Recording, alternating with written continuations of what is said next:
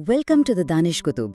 आज हम एक ऐसी किताब की गहराइयों में उतरने वाले हैं जो शायद आपकी जिंदगी को देखने का नजरिया हमेशा हमेशा के लिए बदल दे। ये एक ऐसा कमाल का आइडिया है जो कहता है कि कामयाबी, खुशी, ये सब आपके टैलेंट या हालात पर नहीं, बल्कि सिर्फ और सिर्फ आपके सोचने के तरीके पर निर्भर करती है। जरा एक पल के लिए सोचिए, क्या ये मुमकिन है कि आपकी सफलता, आपके रिश्ते, आपकी खुशी, सब कुछ बस आपकी सोच पर टिका हो? सुनने में ये बहुत बड़ा दावा लगता है ना? लेकिन स्टैनफोर्ड यूनिवर्सिटी की मशहूर साइकोलॉजिस्ट प्रोफेसर कैरल ड्वेक अपनी सालों की रिसर्च के बाद अपनी किताब माइंडसेट में यही सच्चाई हमारे सामने रखती हैं। देखिए, ये कोई आम सेल्फ हेल्प बुक नहीं है। ये दुनिया की 40 से ज्यादा जबानों में ट्रांसलेट हो चुकी है, लाखों करोड़ों कॉपियां बिक चुकी हैं। बिल गेट्स से लेकर दुनिया के बड़े बड़े CEOs, teachers, parents, business leaders, सबने माना है कि ये किताब एक असली गेम चेंजर है। तो आज हम इसी किताब के जरिए ये समझेंगे कि कैसे हमारी सोच ही हमारी पूरी दुनिया बनाती है। तो आज के इस सफर में हम इन 6 हिस्सों से गुजरेंगे। हम समझेंगे कि ये माइंडसेट आखिर है क्या भला, ये कितने तरह का होता है, हमारी जिंदगी के हर पहलू पर इसका क्या असर पड़ता है, और सबसे ज़रूरी, हम इसे अपनी बेहतरी के लिए बदल कैसे सकते हैं। तो चलिए शुरू करते हैं। तो पहला सेक्शन, आपकी सोच, आपकी दुनिया।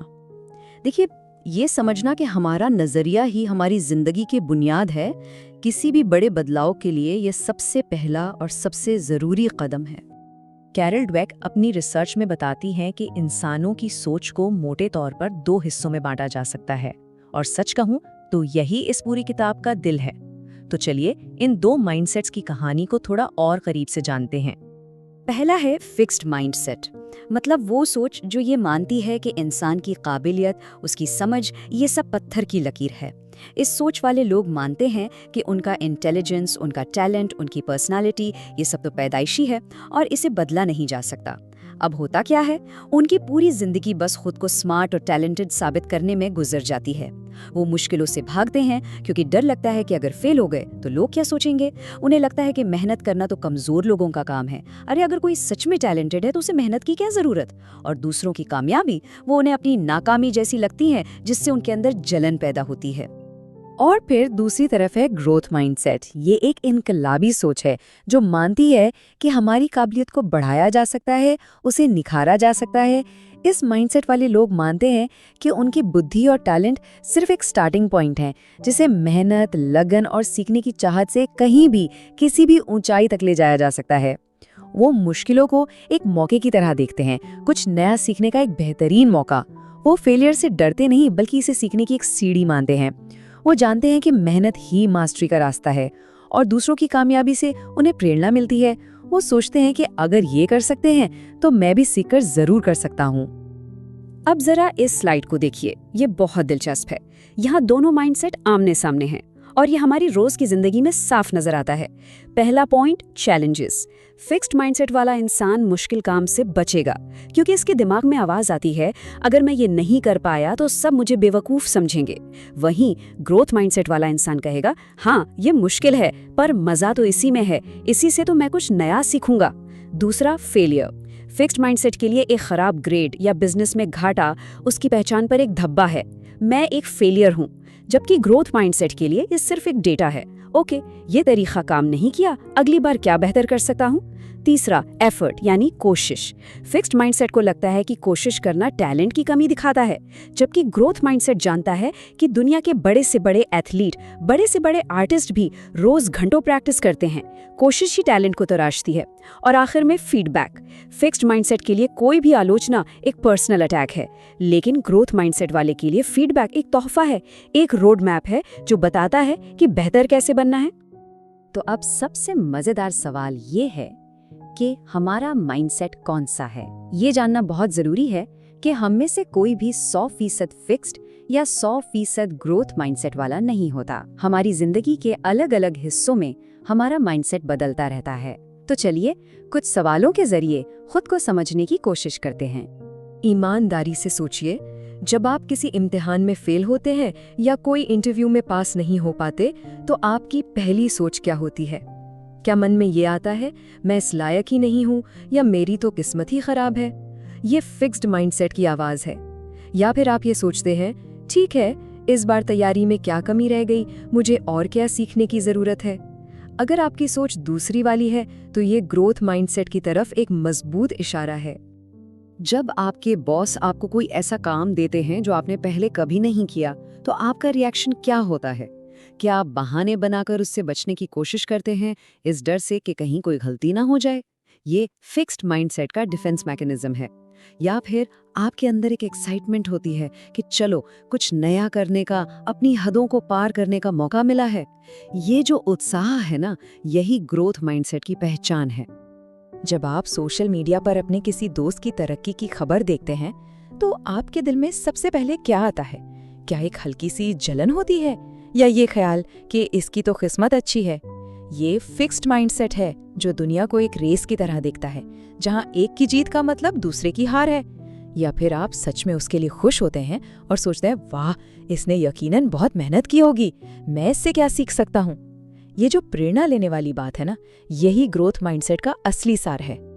और हाँ, अगर इन सवालों के बाद आपको लगता है कि आपका झुकाव फिक्स्ड माइंडसेट की तरफ ज्यादा है, तो घबराने की बिल्कुल कोई बात नहीं है। सबसे अच्छी और सबसे उम्मीद भरी बात यही है कि ग्रोथ माइंडसेट को किसी भी उम्र में, किसी भी मोड़ पर सीखा जा सकता है, अपनाया जा सकता है। आपका आज का माइंडसेट कोई उम्र कैद की सजा नहीं है, ये सिर्फ एक आदत है और आदतें बदली जा सकती हैं। अब हम ये देखेंगे कि ये दोनों माइंडसेट हमारी जिंदगी के सबसे जरूरी हिस्सों, जैसे हमारे रिश्ते और हमारे करियर पर कितना गहरा और कितना असर डालते हैं। जब हम रिश्तों को फिक्स्ड माइंडसेट से देखते हैं ना, तो हम एक फिल्मी कहानी की उम्मीद करने लगते हैं। हम मानते हैं कि अगर ये सच्चा प्यार है तो सब कुछ अपने आप परफेक्ट होगा, कोई झगड़ा नहीं, कोई मतभेद नहीं। इसलिए जब कोई प्रॉब्लम आती है तो फिक्स्ड माइंडसेट वाला इंसान फौरन सोचता है, शायद ये रिश्ता मेरे लिए बना ही नहीं था। वो अपनी कमियां मानने के बजाय सारा दोष अपने पार्टनर पर डाल देता है। वो मुश्किल बातचीत से भागता है क्योंकि उसे लगता है कि कॉन्फ्लिक्ट का मतलब है कि रिश्ता फेल हो रहा है। लेकिन ग्रोथ माइंडसेट वाला इंसान रिश्ते को एक सफर की तरह देखता है, एक टीम वर्क की तरह। वो जानता है कि जब दो अलग अलग इंसान साथ रहेंगे तो मतभेद तो होंगे ही, पर वो इन मतभेदों को रिश्ते का अंत नहीं, बल्कि एक दूसरे को और गहराई से समझने का एक मौका मानता है। वो मुश्किल वक्त में भागने के बजाय बात करता है, समझने की कोशिश करता है। वो मानता है कि प्यार और भरोसा कोई जादू की झड़ी से नहीं आता, बल्कि इसे वक्त, मेहनत और एक दूसरे का साथ देकर बनाया और मजबूत किया जाता है। करियर में फिक्स्ड माइंडसेट एक ना दिखने वाले पिंजरे की तरह है। इस सोच वाले लोग नई चीजें सीखने से कतराते हैं। वो सिर्फ वही काम करना पसंद करते हैं जिसमें वो पहले से माहिर हैं, ताकि उनकी स्मार्ट इमेज पर कोई आंच ना आए। अगर मैनेजर कोई कंस्ट्रक्टिव फीडबैक दे तो वो दुखी हो जाते हैं, उसे अपनी बेइज्जती समझते हैं। ऑफिस में कोई नया टैलेंटेड सहकर्मी आ जाए तो वो उससे सीखने के बजाय उसे अपना कंपटीशन मानकर जलने लगते हैं। और नतीजा क्या होता है? उनका करियर एक जगह आकर थम जाता है।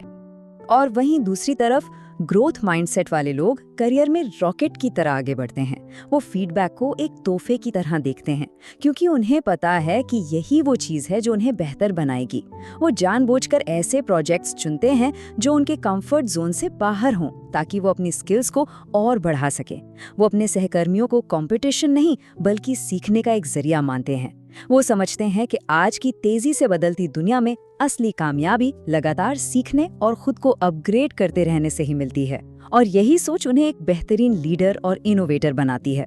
ये स्लाइड बहुत ज्यादा जरूरी है, खासकर पेरेंट्स और टीचर्स के लिए। हमारी तारीफ करने का तरीका बच्चों में माइंडसेट का बीज बोता है। कैरल ड्वेक ने बच्चों पे एक स्टडी की। उन्होंने बच्चों को एक पजल दिया।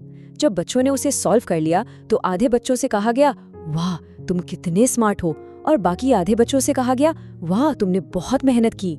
इसके बाद जब उन्हें एक और मुश्किल पजल चुनने का मौका दिया गया तो जिन बच्चों को स्मार्ट कहा गया था उन्होंने आसान वाला पजल चुना। जानते हैं क्यों? क्योंकि वो फेल होकर अपनी स्मार्ट होने की इमेज खोना नहीं चाहते थे। वहीं जिन बच्चों की मेहनत की तारीफ हुई थी उन्होंने मुश्किल पजल चुना, क्योंकि वो सीखने के प्रोसेस को एंजॉय कर रहे थे। तो अगली बार जब आप किसी बच्चे की तारीफ करें तो उसके टैलेंट की नहीं, उसकी कोशिश, उसकी लगन और उसकी हिम्मत की तारीफ कीजिए। चलिए अब आते हैं सबसे ज़रूरी और प्रैक्टिकल हिस्से पर। हमने माइंडसेट को समझ लिया, उसके असर को देख लिया। अब सवाल यह है कि हम अपने फिक्स्ड माइंडसेट को ग्रोथ माइंडसेट में आखिर बदल कैसे सकते हैं। ये कोई मोटिवेशनल बात नहीं है, ये एक साइंटिफिक सच्चाई है जिसे न्यूरोप्लास्टिसिटी कहते हैं। इसका मतलब है कि हमारा दिमाग कोई पत्थर नहीं है जो एक बार बन गया तो बस बन गया। नहीं, ये प्लास्टिक की तरह लचीला है। जब भी हम कुछ नया सीखते हैं, कोई नई स्किल प्रैक्टिस करते हैं या मुश्किलों का सामना करते हैं, तो हमारे दिमाग के न्यूरॉन्स नए रास्ते, नए कनेक्शंस बनाते हैं। आपका दिमाग एक मसल की तरह है, आप इसे जितना इस्तेमाल करेंगे ये उतना ही मजबूत होता जाएगा। ये साइंटिफिक सबूत है कि हाँ, हम बदल सकते हैं, हम सीख सकते हैं। तो बदलाव का सफर इन आसान कदमों से शुरू होता है। पहला, अपने अंदर की उस फिक्स्ड माइंडसेट वाली आवाज़ को पहचानिए। वो आवाज़ जो कहती है मुझसे नहीं होगा, लोग क्या सोचेंगे, कोशिश करना बेकार है, उसे पहचानिए। दूसरा, अपनी भाषा बदलिए। मैं ये नहीं कर सकता की जगह कहिए मैं ये अभी नहीं कर सकता। ये छोटा सा शब्द अभी या येट बहुत पावरफुल है। तीसरा, नतीजों से ज्यादा प्रोसेस पर यानी अपनी मेहनत पर ध्यान दें। चौथा, गलतियों को अपनी पहचान का हिस्सा मत बनाइए बल्कि उन्हें एक सबक समझिए। और सबसे जरूरी, खुद से वैसे बात करिए जैसे आप अपने किसी प्यारे दोस्त से करते हैं, प्यार से, हिम्मत बंधाते हुए और पूरी हमदर्दी के साथ। किसी भी स्किल में मास्टरी हासिल करने का ये 4 स्टेप का प्रोसेस ग्रोथ माइंडसेट का प्रैक्टिकल एप्लीकेशन है। मान लीजिए आपकी कमजोरी पब्लिक स्पीकिंग है। पहला कदम है फेस इट।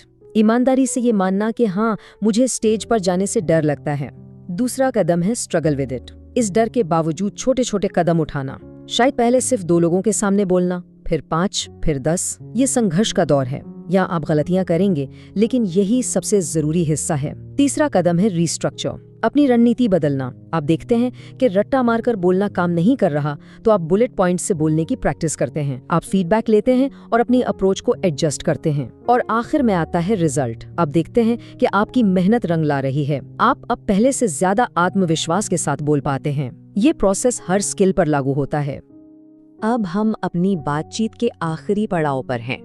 ये समझना बहुत ज़रूरी है कि ग्रोथ माइंडसेट अपनाना कोई एक दिन का काम नहीं है, बल्कि ये ज़िंदगी भर का एक खूबसूरत और फ़ायदेमंद सफ़र है। ये इस पूरी बातचीत का निचोड़ है। हमारा असली पोटेंशियल हमारे टैलेंट या आईक्यू में नहीं, बल्कि हमारी सोच बदलने की इच्छा में छुपा है। जब हम अपनी सोच को फिक्स्ड लेबल से आज़ाद करते हैं, तो हम अपनी काबिलियत को भी अनलिमिटेड कर देते हैं। सफलता कोई घटना नहीं, बल्कि एक माइंडसेट का नतीजा है।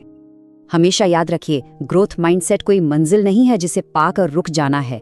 नहीं, ये एक लगातार चलने वाला सफर है, हमेशा सीखते रहने का, खुद को सुधारते रहने का, मुश्किलों को गले लगाने का और हर दिन खुद का एक बेहतर वर्जन बनने का।